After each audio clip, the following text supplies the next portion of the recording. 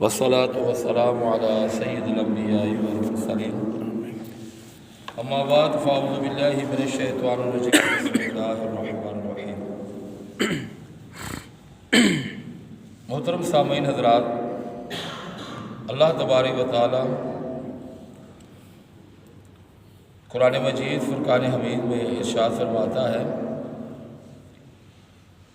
جس کا ترجمہ ہے ترجمہ کنز الایمان: اے آدمی، بے شک تجھے اپنے اللہ پاک کی طرف ضرور دوڑنا یعنی لوٹ کر جانا ہے، پھر اس سے ملنا ہے۔ یقیناً زندگی بے حد مختصر ہے، جو وقت مل گیا سو مل گیا، آئندہ وقت ملنے کی امید دھوکہ ہے۔ کیا معلوم آئندہ لمحے ہم موت سے ہم آگوش ہو چکے ہوں۔ رحمت عالم نور مجسم شاہ بنی آدم صلی اللہ تعالیٰ علیہ وآلہ وسلم فرماتے ہیں، 5 چیزوں کو 5 چیزوں سے پہلے غنیمت جانو۔ نمبر 1، جوانی کو بڑھاپے سے پہلے۔ نمبر 2، صحت کو بیماری سے پہلے۔ نمبر 3، مالداری کو تنگ دستی سے پہلے۔ نمبر 4، فرصت کو مشغولیت سے پہلے۔ اور نمبر 5، زندگی کو موت سے پہلے غنیمت جانو۔ سرکار نامدار مدینے کے تاجدار صلی اللہ تعالیٰ علیہ وآلہ وسلم کا ارشاد مبارک ہے، 2 نعمتیں ایسی ہیں جن کے بارے میں بہت سے لوگ دھوکے میں ہیں، ایک صحت اور دوسرا فراغت۔ یعنی سمجھتے ہیں کہ صحت ہمیشہ رہے گی لیکن نہیں رہے گی، اور سمجھتے ہیں کہ ہم ہمیشہ ویلے رہیں گے تو ہمیں کچھ فائدہ ہوگا، تو ہمیشہ فراغت بھی نہیں رہیں گے۔ واقعی صحت کی قدر بیمار ہی کر سکتا ہے، اور وقت کی قدر وہ لوگ جانتے ہیں جو بے حد مصروف ہوتے ہیں، ورنہ جو لوگ فرصتی ہوتے ہیں ان کو کیا معلوم کہ وقت کی اہمیت کیا ہے۔ وقت کی قدر پیدا کیجیے اور فضول باتوں، فضول کاموں، فضول دوستیوں سے گریز کرنے کا ذہن بنائیے۔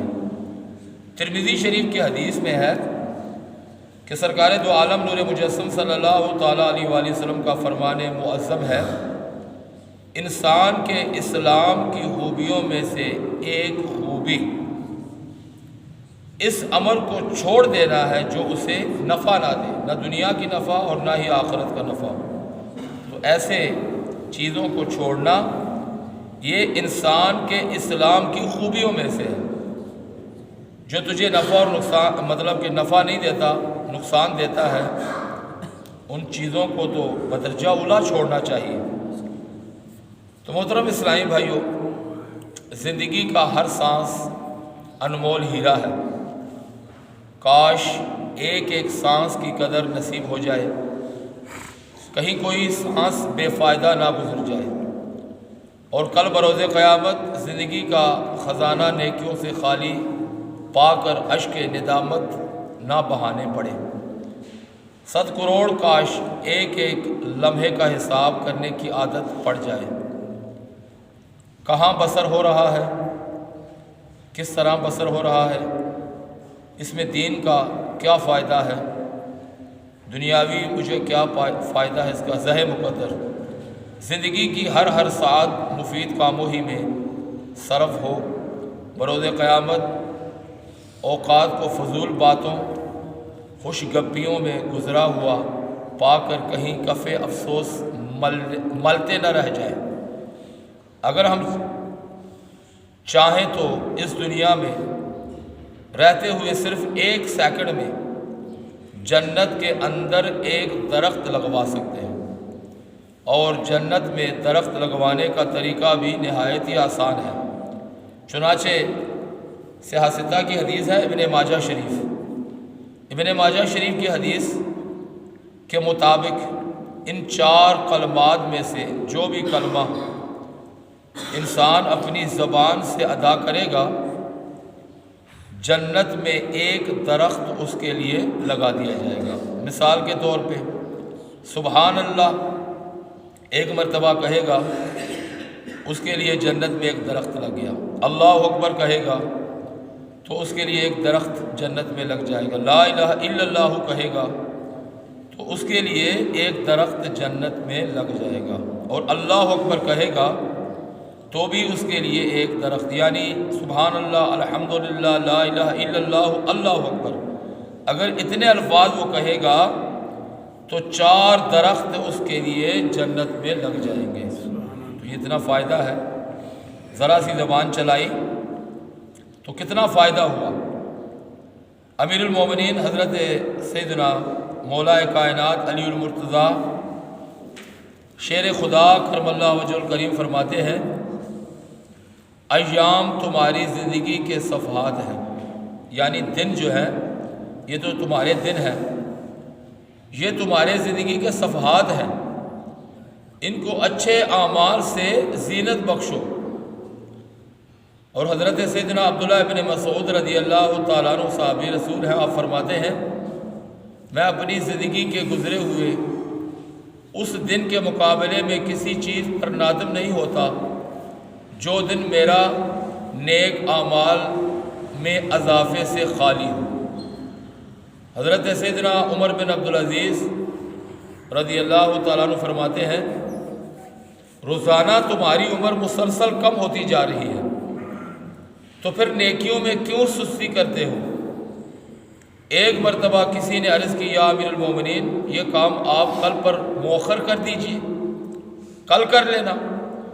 ارشاد فرمایا میں روزانہ کا کام ایک دن میں مشکل سے مکمل کر پاتا ہوں، اگر آج کا کام کل پر چھوڑ دوں گا تو پھر 2 دن کا کام کل ایک دن میں کیسے کر سکوں گا؟ آج کا کام کل پر مت ڈالو، کل دوسرا کام بھی ہوگا۔ حضرت سیدنا امام شافعی رحمۃ اللہ علیہ فرماتے ہیں میں ایک مدت تک اہل اللہ یعنی نیک لوگوں کی صحبت سے فیضیاب رہا، ان کی صحبت سے مجھے 2 اہم باتیں سیکھنے کو ملی۔ نمبر 1، وقت تلوار کی طرح ہے، تم اس کو نیک اعمال کے ذریعے کاٹو ورنہ فضولیات میں مشغول کر کے یہ تم کو کاٹ دے گا۔ نمبر 2، اپنے نفس کی حفاظت کرو، اگر تم نے اس کو اچھے کام میں مشغول نہ رکھا تو یہ تم کو کسی برے کام میں مشغول کر دے گا، یعنی مصروف کر دے گا برے کاموں میں۔ 8ویں صدی کے مشہور شافعی عالم سیدنا شمس الدین اصفہانی رحمۃ اللہ علیہ کے بارے میں حافظ ابن حجر مکی رحمۃ اللہ علیہ فرماتے ہیں کہا جاتا ہے کہ آپ رحمۃ اللہ علیہ اس خوف سے کھانا کم تناول فرماتے تھے کہ زیادہ کھانے سے بول و براز یعنی باتھ روم وغیرہ کی ضرورت پڑے گی اور بار بار بیت الخلاء جا کر وقت صرف یعنی ضائع ہوگا۔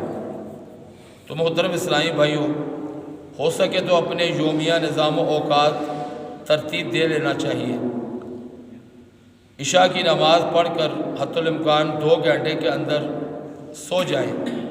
رات کو فضول چوپال لگانا، ہوٹلوں کی رونق بڑھانا اور برے دوستوں کی مجلسوں میں وقت گنوانا جب کہ کوئی دینی مصلحت نہ ہو بہت نقصان ہے، بہت ہی نقصان ہے۔ تفسیر روح البیان میں اسماعیل حقی رحمۃ اللہ علیہ جلد نمبر 4 صفحہ نمبر 166 پر فرماتے ہیں قوم لوط کی تباہ کاریوں میں یہ بھی تھا کہ وہ چوراہوں پر بیٹھ کر لوگوں سے ٹٹھا مسخری یعنی ہنسی مذاق کیا کرتے تھے۔ خوف خداوندی سے لرز اٹھیے اور دوست بظاہر کیسے ہی نیک صورت ہو ان کی دل آزاری خدائے غفار سے غافل کر دینے والی محفلوں سے توبہ کر لیجیے۔ رات کو دینی مشاغل سے فارغ ہو کر جلد سو جانے کی عادت بنا لیجیے۔ رات کا آرام دن کے آرام کے مقابلے میں زیادہ صحت بخش ہوتا ہے اور عین فطرت کا تقاضا بھی یہی ہے۔ چنانچہ پارہ نمبر 20 سورۃ القصص آیت نمبر 73 میں اللہ تبارک و تعالی ارشاد فرماتا ہے، جس کا ترجمہ ہے ترجمہ کنز الایمان، اور اس نے اپنی مہر سے تمہارے لیے رات اور دن بنائے، رات میں آرام کرو اور دن میں اس کا فضل ڈھونڈو، یعنی محنت مزدوری کرو، اسی لیے کہ تم حق کو مانو۔ مفسر شہیر حکیم الامت مفتی احمد یارحان نعیمی رحمۃ اللہ علیہ نور العرفان میں اس آیت کے تحت تحریر فرماتے ہیں، اس سے یہ بھی معلوم ہوا کہ کمائی کے لیے دن اور آرام کے لیے رات اللہ پاک نے مقرر کر دی ہے، یعنی یہ بہتر ہے۔ رات کو بلا وجہ نہ جاگیں، دن میں بلا وجہ بیکار نہ پھریں۔ اگر معذوری مجبوری کی وجہ سے دن میں سوئے اور رات کو کمائیں تو خرچ بھی نہیں ہے، جیسے رات کی نوکریوں والے ملازمین وغیرہ ہوتے ہیں کہ ان کی جو ہے وہ کبھی کبھی رات کو ڈیوٹی آ جاتی ہے۔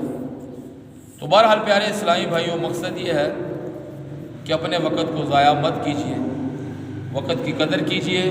ان اوقات، ان وقت کے اندر، ان گھنٹوں منٹوں کے اندر اللہ تبارک و تعالیٰ کی بارگاہ میں حاضری کے لیے جو کہ ہم نے اس دنیا سے جانے کے بعد اللہ کی بارگاہ میں حاضر ہونا ہے، آیت کے ذریعے آپ نے سنا کہ ہم نے ایک نہ ایک دن دنیا سے تو جانا ہے اور اس کی بارگاہ میں حاضر بھی ہونا ہے، سارے حساب و کتاب بھی دینے ہیں۔ تو لہٰذا وقت کی قدر کیجیے، اس اوقات اور وقت کے اندر آخرت کے لیے کچھ نہ کچھ بلکہ بہت کچھ جمع کیجیے۔ اللہ پاک کی بارگاہ میں دعا ہے رب العالمین ہمیں وقت کی قدر کرنے کی توفیق عطا فرمائے۔ ان وقت کے اندر نماز پڑھنے، نیکیاں کرنے، اپنی زبان کو ذکر الہی اور ذکر مصطفیٰ، درود و سلام کے ساتھ مصروف رکھنے کی توفیق عطا فرمائے۔ وآخر دعوانا ان الحمد للہ رب العالمین۔ بسم اللہ الرحمن